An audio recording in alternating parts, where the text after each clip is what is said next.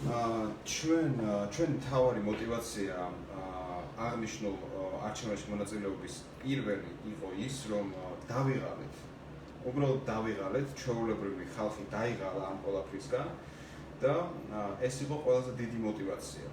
ასევე მეორე ჩვენი мотивация იყო ის, რომ ჩვენ 5 წელია სახელმწიფო ტენდერებში ვართ და ყველა სამინისტროს ვემსახურებით დღემდე და კარგად ვიცით შიდა სისტემა, მათ შორის თავიანთი საკუთარი სისტემა როგორ მუშაობს და ჩვენ დარწმუნებულები ვართ ჩვენ თავში, რომ შეგვიძლია ეს ადამიანები ხელში ავიღოთ.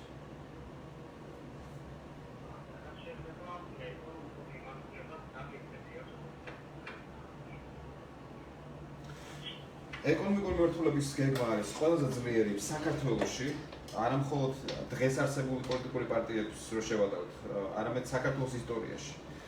ჩვენ გვაქვს რამდენიმე მიმართულება, კონკრეტულად პირველი არის დუბაის მოდელი, რომლითაც ჩვენ ფაქტიურად ყველაზე მაგარ გადასახადს, ყველაზე დაბალ გადასახადს უბრალოდ თავაზობთ სოფლიოს და საქართველო იქნება ყველაზე დაბალ გადასახადიანი სახელმწიფო, რომელიც მოიზიდავს მილიარდობით ინვესტიციებს იმავე წელს.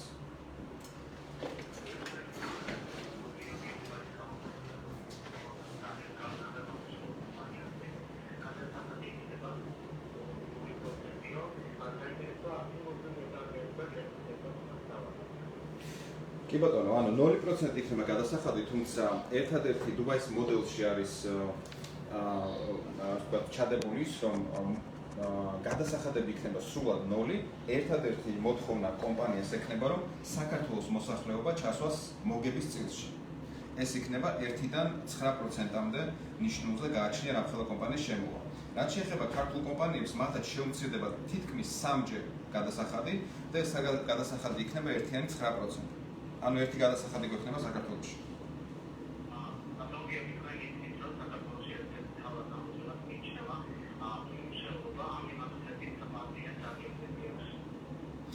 პირველ რიგში ეს დუბაის მოდელი, რომელიც ბუნებრივად გამოიწვევს მილიარდობით დოლარის ინვესტიციას, მათ შორის დამატებული მონაკოს მოდელი, რომელთაც ჩვენ მოვიზიდავთ მდიდარ ფიზიკურ პირებს, ანუ გადასახადები მათთვისაც 0 იქნება და მდიდარი ფიზიკური პირი, როდესაც გადმოიტანს აქ თავის ანგარიშებს, ბუნებრივად მოუწევს დახარჯვაც, როგორც მონაკოში მოხდა. ეს ყველაფერი გამოიწვევს იმას, რომ განსაკუთრებით დუბაის მოდელი, რომ 100,000 სამუშაო ადგილი შეიქმნება უბრალოდ იმის გამო, რომ ჩვენ ყველაზე მაგარი საგასახადო სისტემა გვექნება და ყველა კომპანია საქართველოსკენ გამოიშვერს თავის კომპანიის რეგისტრაციას და ეს ბუნებრივად გამოიწვევს 100,000 სამუშაო ადგილს. მათ შორის ჩვენ გვაქვს ძალიან დიდი პროექტი, ყველაფერი ერთ სივრცეში, აი როგორც თქვა, იუსტიციის სახლია, თუმცა ეს იქნება სოფლიო პლატფორმა, რომელიც სოფლიოში არ არსებობს, ანუ ყველა სერვისი ერთ სივრცეში.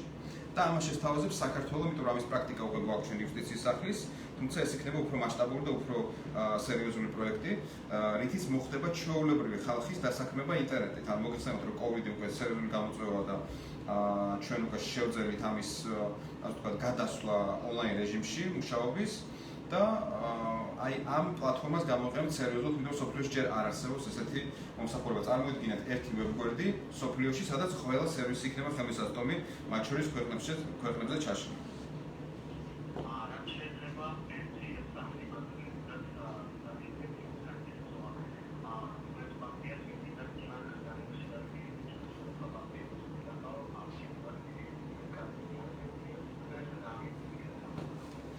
ნახეთ, ჩვენ პენსიებს ამ შევეხებით, ჩვენ პენსიების გაზრდაზე არ ვსაუბრობთ, იმიტომ რომ დუბაის მოდელი არის პირდაპირი ჩარიცხვა თანხების ოჯახებზე, რომლებიც რა თქმა უნდა ყველა შეეხება. სრული საქართველოს მოსახლეობა 5%-ის გამოკლებით, იქ რაღაც გამონაკლისები იქნება, 15% საქართველოს მოსახლეობა მიიღებს ყოველწლიურად დივიდენდს საქმის ზარმაზარ თანხებს.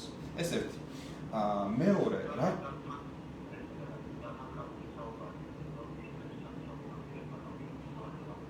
ნახეთ, დუბაის მოდელი გულისხმობს იმას, რომ კომპანიებმა უნდა ჩასვან ხალხი მოგების წილში 1-დან 9%-მდე.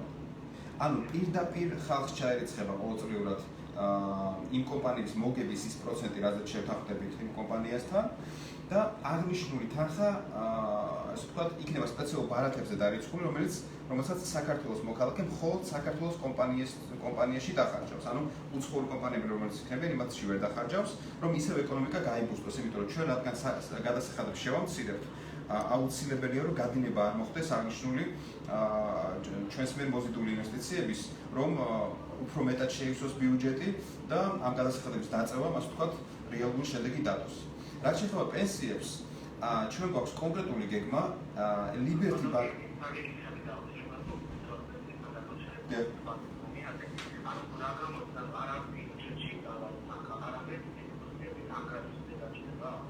დიახ, ნახეთ რა ხდება.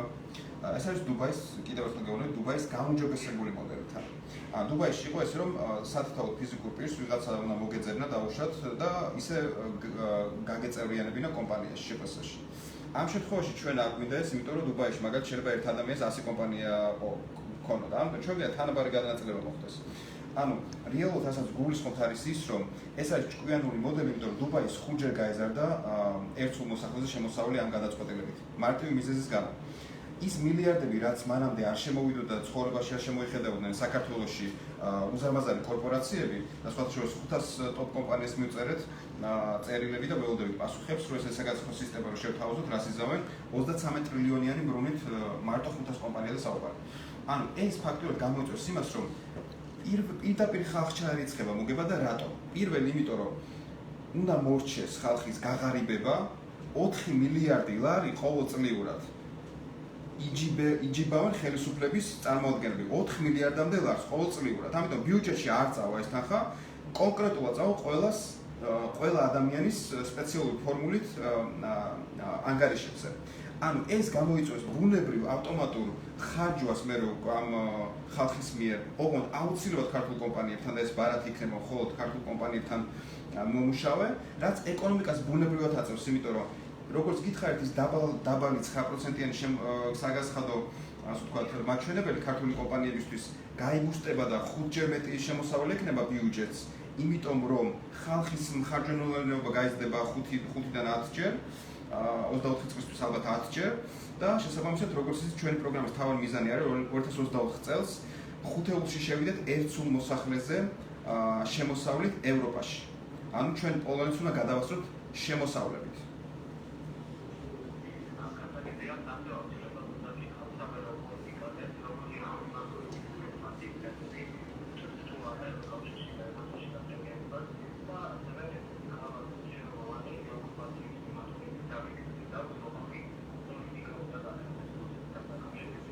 სამ მაგითხვაზე გიპასუხებ, მოკლედ მაინც გეტყვით პენსიებზე რომ არ გამოვრჩეს, ხომ ჩვენ დედები, ბებიები და ბაბუები გვისმენენ.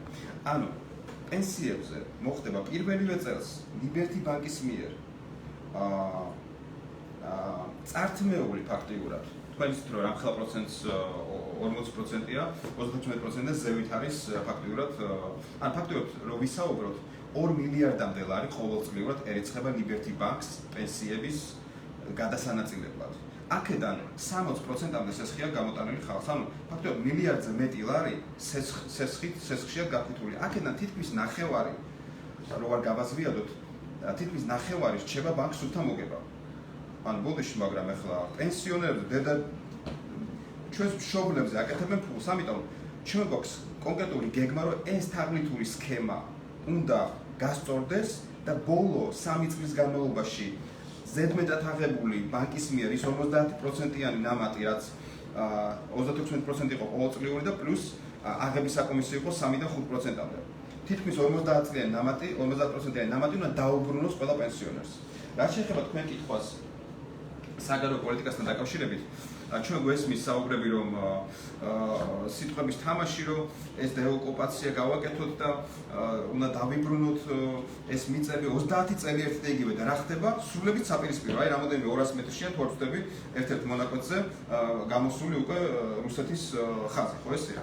ამიტომ ჩვენ რომ მოვედით სხვათა შორის ყველა პრობლემას შევხედა პროგრამა, ყველა მიმართულებით ჩავშალეთ, ერთ-ერთი მნიშვნელოვანი პრობლემა აღმოჩნდა რუსეთის მიერ ეს ოკუპაცია. რატომ? იმიტომ რომ ჩვენ რომ მოვიზიდოთ ტრილიონობით ინვესტორები, ისინი უმეტესობა შეიკავებენ თავს, იმიტომ რომ აი ესეთი პრობლემა გვაქვს დაძაბული რუსეთთან. ბევრი შეიკავებს თავს. ამიტომ ჩვენ მივწერეთ პუტინს წერილი და მოკლედ რომ გითხრათ, მე უკვე ლავროვის უწყება გვიპასუხა და ფაქტიურად მზად არიან ადამიანური დიპლომატიის ენაზე და პირიქით მოტივირებულები არიან, ამ წერილს შესწერია, მოტივირებულები არიან ქართულ ხალხთან დაამყარონ და ძალიან მაგარი ურთიერთობა, მათ შორის ეკონომიკები გახსნან და ყველა მიმართულება, მათ შორის ჰუმანიტარული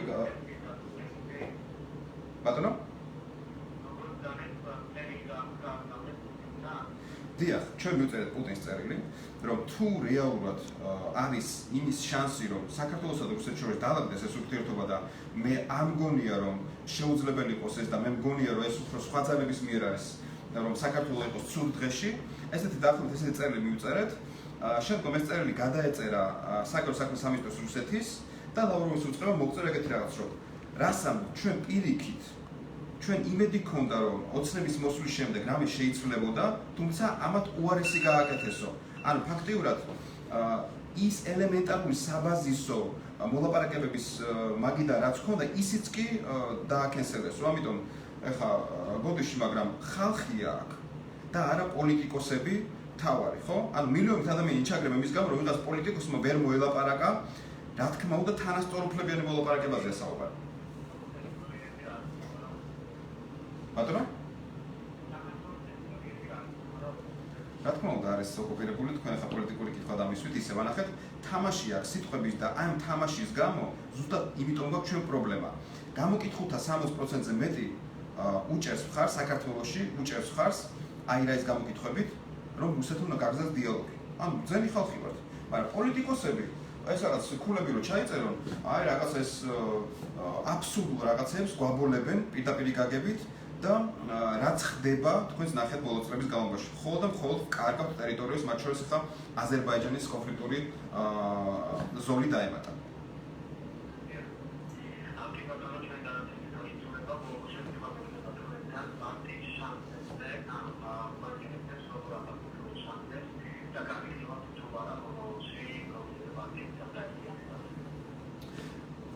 ჩვენ 4 თვე რაც ვარსებობთ, ჩვენ შანსებს, ასე ვთქვათ, როგორც ყველა პოლიტიკური პარტია ცდილობს ადამიანები შეიყვანოს, ასე ვთქვათ, ფსიქოლოგიურ შეცდომაში, რომ აი ყველა პირველზე არის ინაშვილიდან დაწყებული, არ ვიცი, ოცნებით და ნაციონალებით, თუნდაც ყველა პირველზე არიან თავისი კვლევებით. ჩვენ რა თქმა უნდა, არანაირი მოლოდინი არ გვაქვს, რომ თქვენ გავიმარჯვებთ ან 1%-იან ბარეს გადავახავთ, მაგრამ თავარი ჩვენი პროგრამა მინიმუმ შესრულდება, რომ ჩვენ ხალხს პირველად ისტორიაში შევთავაზეთ სუფთა პოლიტიკური ძალა. ეს სჭირდება დღეს საქართველოს, იმიტომ რომ 4 მილიარდი იკარგება, ხალხი ღარიბდება, აფრიკული ქვეყნები გვასწრებს ერთ სულ მოსახლეზე შემოსავლით, ამიტომ ეს უნდა შეიცვალოს. და რაც შეეხება გაერთიანებას, ჩვენ არავისთან არ გავერთიანდებით და ამდენი ხანი გავერთიანდებოდით, გააჩნია პარლამენტში რამდენი პროცენტით შევართ. თუ ჩვენ მოვახრეხეთ 10%-ს აღება, ჩვენ უკვე ოქროს პარტია ვიქნებით, რომელიც ორივე ძალას დააბალანსებს. და შესაბამისად ხალხის გეგმებს გავატანილებ და არა მათსას. ანუ სიტუაცია გვაჩვენებს რა იქნება, ხალხისთვის ვართ შექმნილები და ხალხს როგორც უნდა ისე იქნება. და ბოლოს მინდა გითხრათ, რომ ჩვენ სანამ აი ეკონომიკურ პროგრამას დავნერგავთ, ეს არის ძალიან მნიშვნელოვანი, რომ ყველას პრობლემაა დღეს განსაკუთრებით პანდემიის გამო სესხებთან დაკავშირებული პრობლემები 100,000 კომპანია დაიხურა. ბატონო?